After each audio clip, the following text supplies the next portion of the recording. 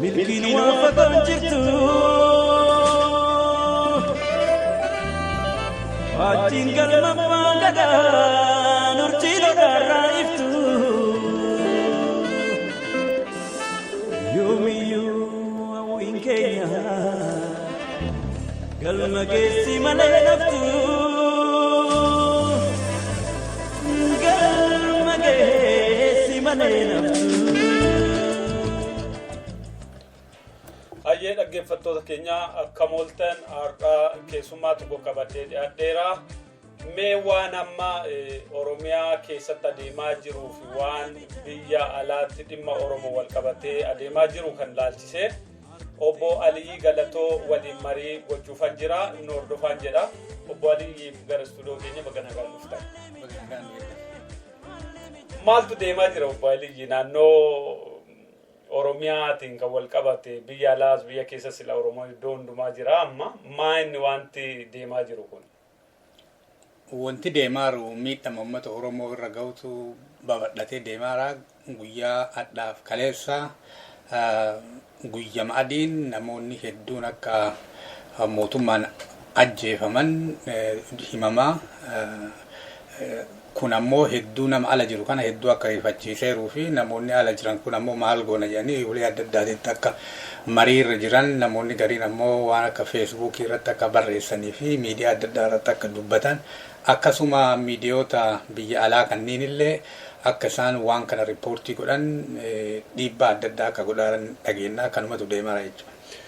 Amma ajjechaan kun amma maal jechuudha nama yoo fudhannee ilaalle ijoolleen iddoo adda addaatti hiriirannaa ba'an meeshaan qaban ijoolleedha. Ijoollee amma kanatti illee meeshaan gurguddaa isaaniitti dhukaafamuu miti yoo teenye ilaalle mootummaan humna walgitu inni akkasitti hin fayyadamne kun maal jechuudha mee hiikti isaa?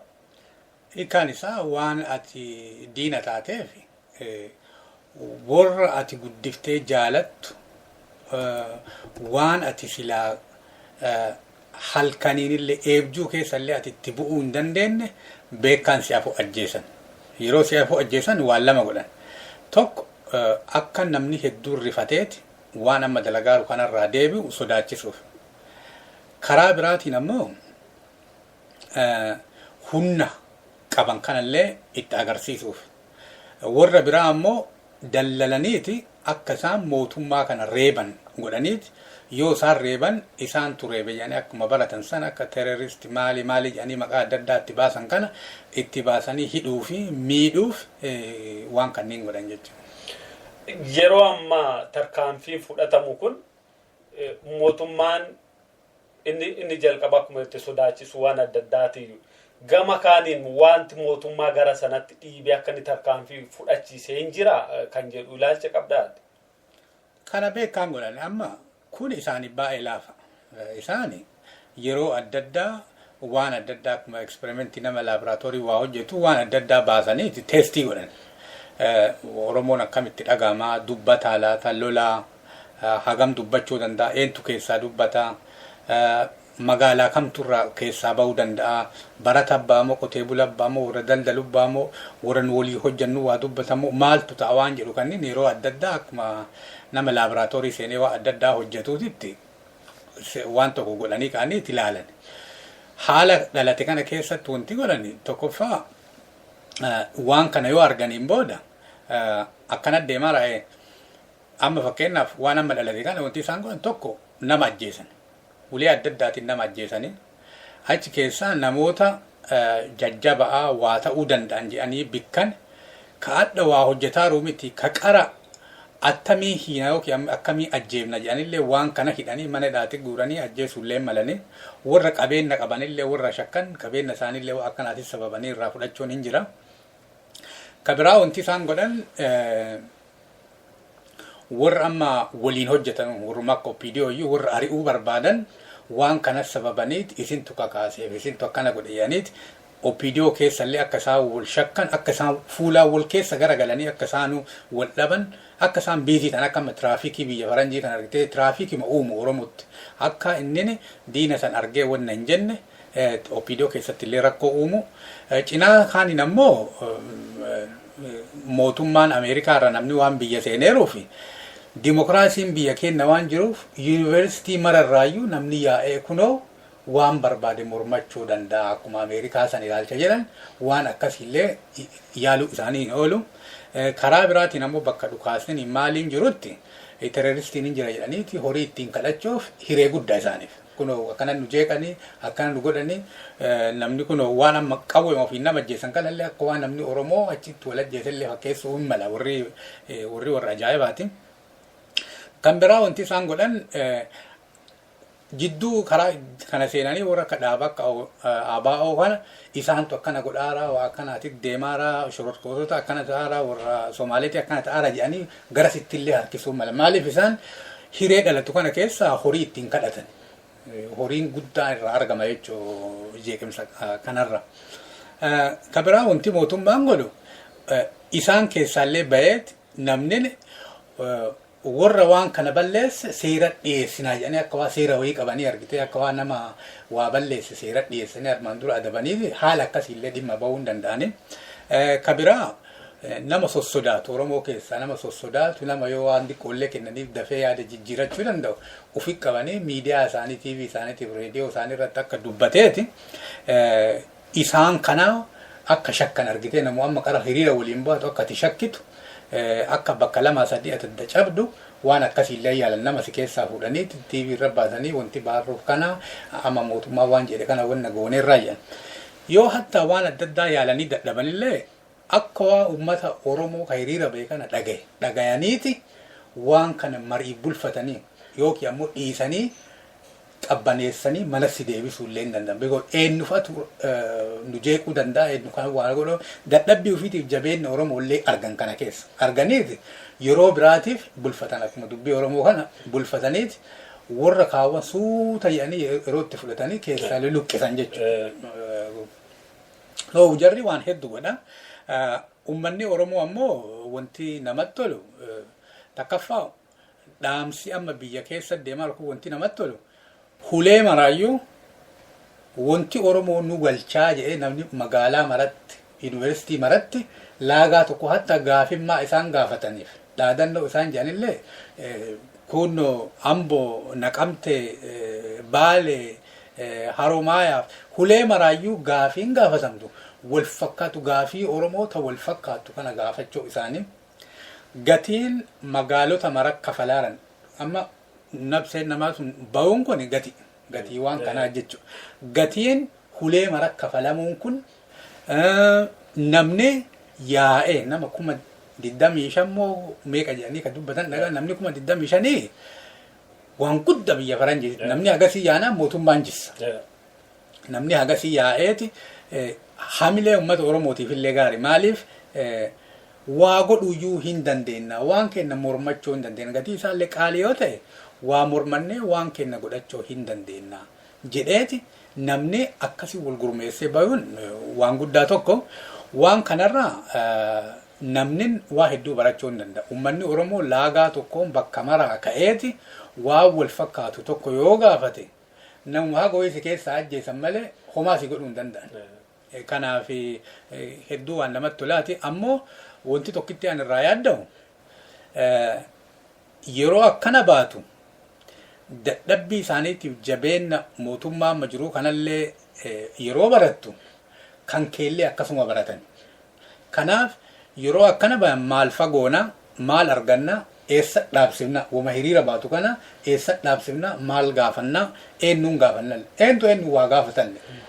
Sarratti amma akkuma waliigalaatti mootummaa sana Oromoon yeroo garaagaraa karaa adda addaa itti mormaa jira.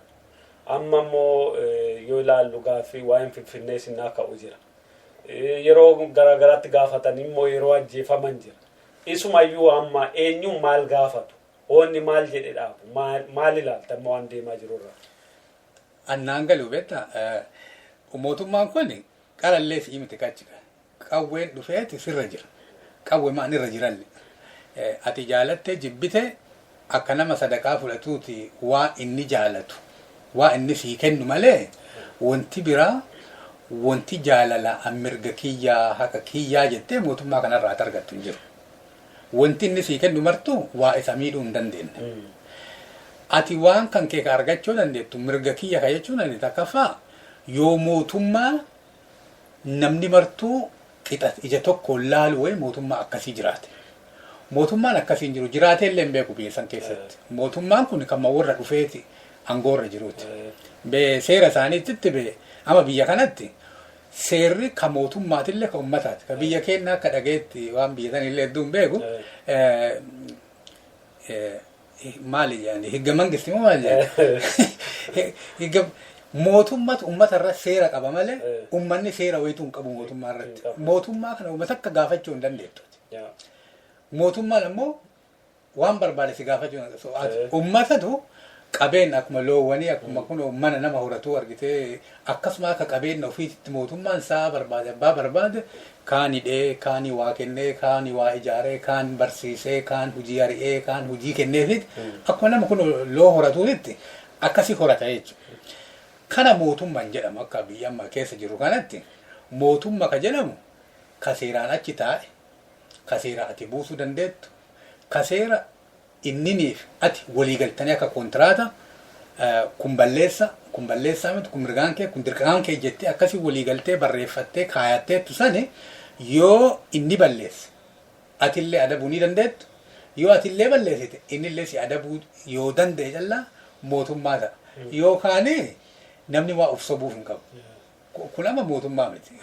Mootummaa ta'u definishinii mootummaa sana hin guutu ulaagaa mootummaa sana guutuu hin danda'u. Yoo mootummaan taane ammoo sodaadhee jala jira jechuun dandeetta. Argitee humna hin qabu mootummaa kana homaa godhee hin danda'u haga barri wayii dhufee mootummaan kun irraa garagalu yookiin ammoo warri waa uggee qabsoo godhee mootummaa kana jissee mootummaa haqaa kan nama mara ija qixa laalu ka seera kabaju kan namni achirra kaa'atu haga inni gad dhufuuf sodaadhee akkuma inni na bulchettu waan inni naa kenne fudhataate akkasitti hin jiraadha jedhanii maladha jechuullee waan tokko.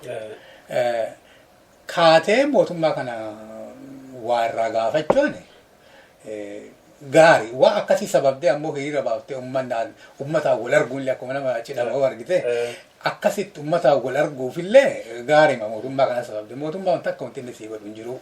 Sii waa godhuufi miti karaa kaachi jiru ufumaa waa godhachuuf achi jira hagammaa marti keessanuu kama beektanii mootummaan kun dureessa ta'aa yeroo deemu namni kun ammoo hiyyeessa ta'ee nama dur magaalaa keessatti afaan Oromootiin kadhatu argitu adhammoo kadhataan Oromoo lakkoofsan qabu nama karaarra waa baatu hedduu argitu duri salphinna namni waa baatee deemu dhagaa baatee deemu waa akkasii kanneen argitu adha namni waa baatu namni ergatan namni kadhatu cufti isaa nama Oromooti akka dhaga'utti kanaaf kanaa ol maal garam deemta kan hin jiraame kanaa ol yoo warri kan kee marti ka garabba'e ka waa kadhatu taate ka waa baadhatu taate maaltu si hafee sodaattan kanaaf an akkana fakkaatutti namni laallachuu qaba yoo humna hin qabnu suuta jennee humna godhannee mala dhaannaa jedhan waan tokko yookiin ammoo waan kan kee ufumaa deeffatte jechuudha. Malaan deeffatte, humnaan deeffatte, waa namaa kennite deeffatte. Uumatee haa ta'u mala si baasuu danda'u naannoo sanitti mala dhaattee waan kana akkaataa kan kee waan kan keetti deeffattu mala dhaachuu barbaachisa malee mootummaan kun mootummaa kan keetii miti. Mee amma keessaayyuu yeroo akkasii kanatti Oromoon maal faa godhuu qaba yeroo wanta akkasii adeemutti gaaffiin kunis gaaffii Oromooti warri kaan walii hiriiranii mootummaan kun kan itti milkaa'u keessaa tokko kana mormiin si'a tokko akka ittiin dhufneef addaan qoqqoodee jira dantaan illee adda adda amma warra Amaaraa of fudhatte dantaan isaanii kan biraa kan Oromoo kan biraati. Kanaaf kun wanti kun Oromoodhaaf maal dabarsa Oromoon iddoo fedhaa jiraatu ilaalcha fedhaa qabaatu umurii fedhaa jiraatu amma emooshinii amma jiru waa'ee feesbuukii irras kaleessa amma ergaa darbeerraa ka'ee namni walii dhadhaamurraa ka'ee Oromoo kanarraa maaltu eegamas maal dabarsaaf walii galoo ilaalla. Takka wanti kun wanti si himu warri kun warra kan keetii miti. Hajaa keetiif illee achi hin jiran hajaa ofiitiif achi jiran. Adadumate hajaa isaanii afoo dhaabattuun ajjechaan si dhufa, hidhaan si dhufa, reebamuun si dhufa, qeerraa buqqa'uu si dhufa. Kana beekuu qaba namni martuu. Ati isaan jala galtee, isaanii ergamtee, uuma feetee taate, jarri ati uuma feetee ati taate akkuma Oromootis ilaalan. Wallaalaa feete, jaamaa feete, uumaa hin jiraame nama garbicha of hin beekne tokko illee taate, isaan akkuma Oromootis ilaalan. Ati haga feete uf waakkataa ooli. Akkuma amma namni gurraachi akka faranjii ta'uuf yeroo inni jedhu jarri gurraa akka gurraachaa si uma hima. Argitee ati gurraacha akka taate yoomatillee hin barbaanne warri uma si hima. Kanaaf namni Oromoo yoomillee fira ta'uu hin danda'u irra kanan. Fira ta'uu hin danda'u. Yeroo humna qabaannetti ammoo qixa taaneeti ollaa taanee waliin jiraachuu hin dandeenya. Namni Oromoo maal godhaa? Anamma namni Oromoo kana godhuu qaballee hin jedhu garuu yeroo haalli akkanaa ta'u biyya faranjii kanatti kan arge yoo nama kan kee 3, 4, 5 biyya wayii keessa ajjeesani imbaasii isaanii cufan. Amma Awustiraaliyaa jirraa minu imbaasii Itoophiyaa yoo as jiraate dhaqqee cufta. Warri gargarii ammoo harkaanuu itti dhufee diigaayyuu caccabsee dhagaa itti darbee diigee nama isaanii onna godheeti cufa. Waan isaanii qabeenya isaanii naannoo kan kee jirutti isaa sanitti deemeeti battaleessaa yeroo san miidiyaan attentionii maaltu ta'aara argitee waan jedhurraa wanna jedhan. Addunyaan kadhattuu hin feetu. Addunyaan nama humna qabu feeti. Faranjiin akkisii itti yaaddu amma bakkaama mootummaa kana harka hedduu dhaqee warra mootummaa kana olii haaseera wanti an irraa arge wanti guddaan tokko an irraa baradhe addunyaan akkuma Oromoo waan garaa laaftu se'a. Oromoon beektaa yoo boottee itti himatte waa sii qalee waa sii godhee si geegessa gara laafessa. Faranjiin tun warri siyaasaa warri uummanni badhaan kun akkuma Oromoo ta'uu mala warri siyaasaa uuma lamarra yaadan. Maan naa goota maan na goota. Yookiin nama kana waa godhuu danda'u qabda. Waa ati waa jalaa balleessuu dandeettuuf waa sii godhan. Yookiin ammoo yoo ati ka waa godhuufii dandeettu maal nu goota. Waan yoo ka waallee kan goone taate umaallee kana man goone taate si beekuu iyyuu fedhan. Ati eenyu sin jedhana hin jiraam takka ati kana rakkoo itti matta ati eenyu sin jedhana. Oromoon kun maali sin jedhana kama beekan illee. Kanaaf namni Oromoo warri akkasii akkas nu haa godhu Ameerikaan akkas nu haa gootu Awurooppaan maali haa taatu maali hiriiratti baana maali kunneen edaas akka muuzii fa'a waa nyaattee kaatee irra edaattu malee hiriira bahuu fi xalayaa barreessuun waati irra edaattu malee nyaata guddicha akka buddeenaa sanii miti. Wanti akka buddeenaa akka marqaa jabaan suni ufii kan keetii waati dalagattu. Argitee wanti ati ufii dalagattu tokko nama si dha'u atillee dha'uu danda'u. Nama si miidhu atillee miidhuu danda'u. Sodaachisuu danda'u nama sodaachisu. Baatee waa godhuu danda'u. Walitti dhufteeti diduu. Hatta waallee itti gurgurachuu yoo diddame siin jiraatanii. Amma waan maraa wanti isaan nyaatan kan Oromooti. Lafti isaan irra jiraatan kan Oromooti. Amma Tigiree meeqa jira magaalaa maraa keessa. Lakkoofsi xiqqoo. Kanaaf ka jirullee Oromoo argite Oromoon kun walitti dubbateeti namni biraatu hin jiru biyya keessa Oromoo wajjin jira. Amma namni walitti dubbate mee Oromoo as yaadu nama meeqa achi hafaraasatti. Woma akkasii kanneen yaadee uummanni Oromoo mala tokko dhaayatee ufii fala barbaadatu malee addunyaan nama laafaarraa hajaan qabu. Haatinuu nama laafaa hin jaallattu yaadee hin jaallatti malee. Akkani laafaa ta'uu barbaadu. Hin barbaaddu. Kanaaf ala kana wanti godhuu dandeenyu tokko magaalaa jirrutti guyyaa tokko feesbuukii fi websaayitoota adda addaa irratti akka argutti guyyaa tokko magaalaa 30-40 keessatti hiriira nagaa bahu. Magaalaa jirrutti member of parliament nama bakka nu bu'eeti deemutti xalayaa geessu. Imbaasota warra imbaasota biyya keenya keessaa qabanitti xalayaa barreessu. Waa kanaatiin nurra deemaara. Yoo wanti kun jabaatee uummanni keenya harkaa wal qabu uummata kana harkaa wal qabu jalqabee rakkoo adda addaa dhalate nun gaafatinaa argitee waan kanatu deemaara waggaa dheeraaf kanatti deemaara garri deemaarru gara hamaa kana kanaafuu beekaa jedhaniiti gaafa lolli jabaatee lolli ka'etti dookumentii adda galchan kun nama gargaara dhallee faayidaa hin qaban. Kabiraa odeeffannoo jiru. Miidiyaa adda addaatiin waraabanii bakka namni itti du'u bakka namni itti honna jedhu odeeffatanii uummanni martee akka dhaga'u godhu. Kabiraa rikoordi warri amma human rights waa'ee mirga namaarratti hojjetani eentu du'ee eentu hidhamee eentu dhabamee eentu madaa'ee hospitaala kam seenee kanneen barreessanii bakka tokko akka namni martuu arguu danda'utti kaayuun guddisee barbaachisa. Argitee gumaa ba'uun illee hin jira beekadha yoo wadhallee dadhabde nama kan kee kan akka du'e kana ebaluu yeroo akkanaa du'ee jettee kanarra du'e jettee akkasi qabaachuun illee waan tokko argitee wanti akkasii waa gadhaa barreeffamaa kaayamaa akkasitti taa'aa jiraate waggaa dhibbaa kanaan namni xiqqaa Oromoo jalaa dhumatee hin jiru. Kanaaf nama seenaa hin beekne nama waan Oromoo kana hin beekneef dookumentii akkanaa kunniin baay'ee gargaara. Kabiraa wanti namni godhuu danda'u suuraa adda addaa waan adda addaa babarreessee ulee adda addaatiin mamaxxansu. Warri amma biloogii irra barreessan biloogii adda addaa irra barreessaniiti miidiyaa adda addaatiif facaasu. Feesbuukii kanarratti waan amma kun wannoo godhu pitishinii isaanii godhuu hin danda'an. Pitishinii isaanii godhaniiti addunyaa mootummoota adda addaatiif kennu. Warra amma biyya san keessa hojjetan warra akka NGO warra adda addaa warra sanniin xalayaa barreessu waan jiru kana itti himu. Warra mootummaa Itoophiyaa gargaaran ammoo waa kanaa deemaara isinillee waliin taatanii nu ajjeesiisaa tan jedhanii isaanitti illee warningii kennu. Wanti godhuu danda'an hedduu ammoo bakka wayitii jalqabu. Amma namni baay'een maal gootanii akka inni nama biraa ta'e argite. Namni akka ambaasaaddaraati hojjechu namni ala jiru kun martuu akka ambaasaaddaraati malee biyya mootummaa kenna waan hin qabneef nu imbaasii hin qabne. Imbaasiin nama baqatama ala jiru kana waan ta'eef namni martuu responsibility ambaasaaddara kan fudhatee bakka jirutti ka hiriira bahuu danda'u hiriira ka xalaa barreessuu danda'u xalaa kaattaa bilbilee nama akkanaa ajjeesan jedhee nama biraatii himullee sunillee hojii tokko argite waan danda'e namni martuu godhu amma akkana nu jalaa ajjeesan jedhanii booyuu fi waan adda addaa godhuun kun faayidaa guddaa hin qabu. Nama hedduun nu eeggata nama ala jiru kana kanaaf waan dandeenye bakka jirutti dalagu.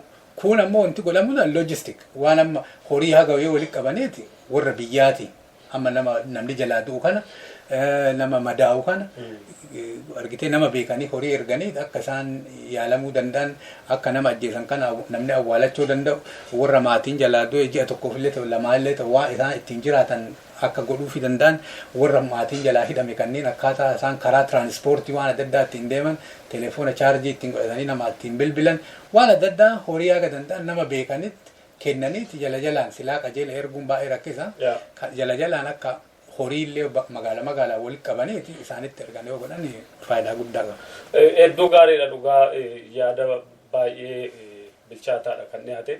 Mee waliigala yoo laalle muuxannoo warri biraa godhan kan Oromoon hin goone yoommoo waan kana gochuutu irra jira jettee yaaddu maal fa'i amma fakkeenyaaf amma baatiin nuti keessa turree fixaa jirruyyuu baatii ji'a Oromooti jennee akka reediyoo sagalee Oromoottis waan itti hojjetamaa ture kuni waliigala isaa yoo ilaallu Oromoon dhuguma saba tokko fedhii tokko akka qabu dantaa tokko akka qabu gatii guddaa akka inni baase namoonni qabeenya isaanii qe'ee isaanii itti diigame akka jiran seenaarra baafnee ilaalaa turreerra wanta amma arganne kun namni itti dhumee yeroo ulaa adda addaatti otoo dhiira amantiin maaloo jedhee gandaan otoo waliin qoodii wareegama guddaan asiin ga'ee jira ammallee ilmaan isaaniillee waan kana fuudhanii jiru waan hojjetame kana yoo laalamu kan Oromoon hin hojjenne immoo hojjechuun irra jiraatu haaluma ammaa saameen waan dabalataan hojjechuun irra jiraatu wanti dhaamamu maaliif ergaan kun kallattiin ijaa darbuuf yoo nuti tuquu dandeessa.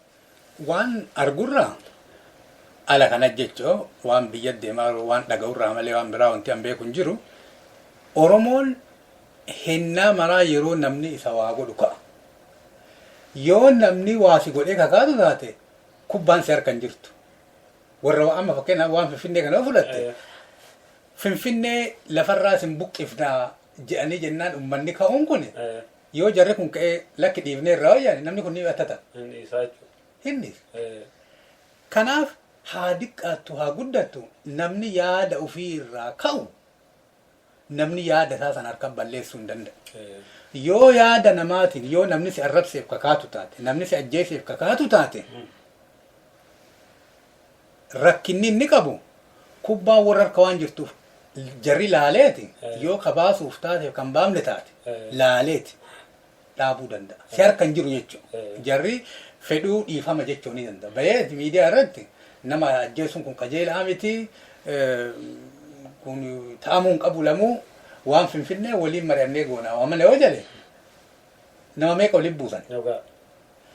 Kanaaf wanti an Oromoon godhuu qaba jedhee an beeku heen nama ibiddi qabate fiigaa baala murataatuma fiiguun kun hedduu rakkisa.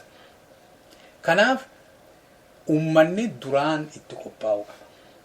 Namni beektaa Oromoo waallee ol kaata. Bara beelaafa keessummaan halkan illee dhuftee dhibee waa ol kaata.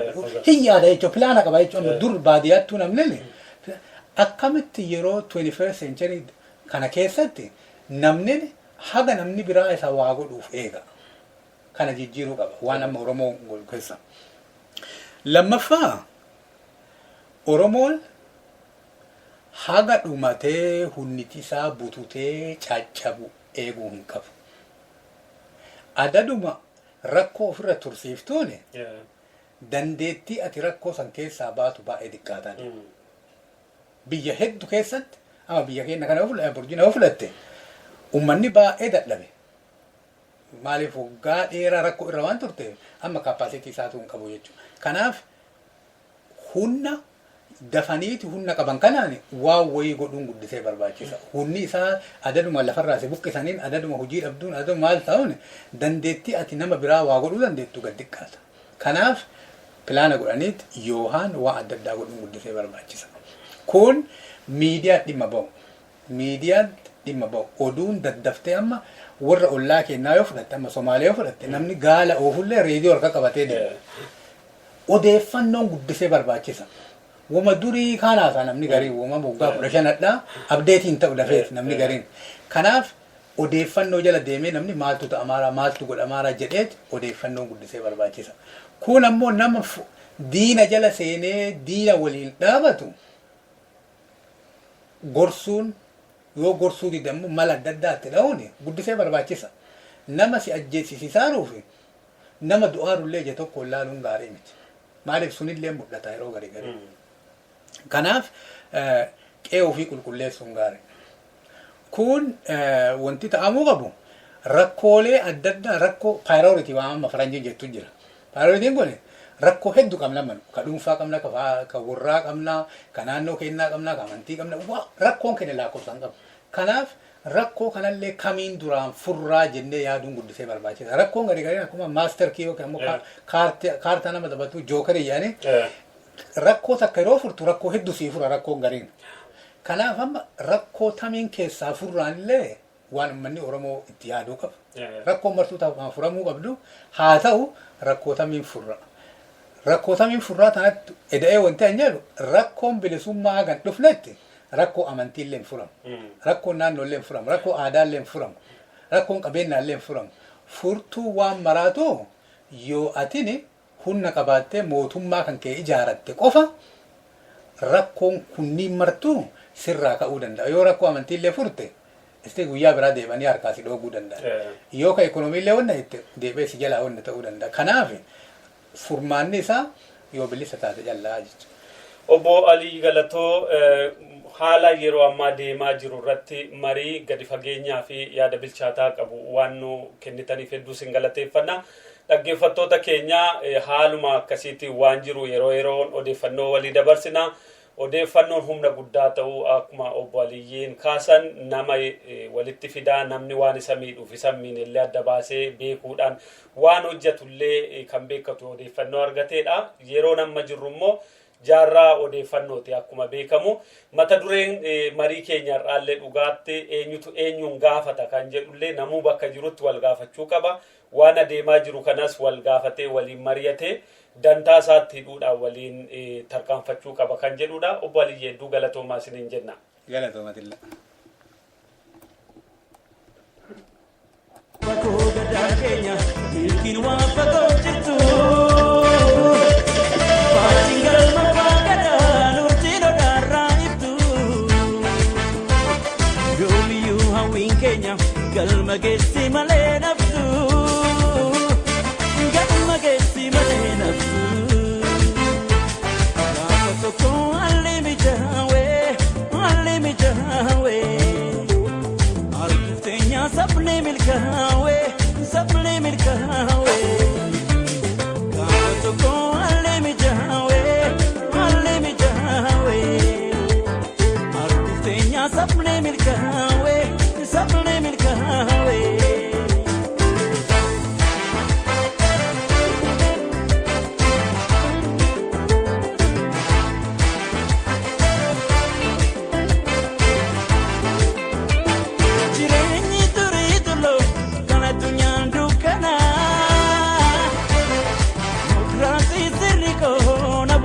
Urumuma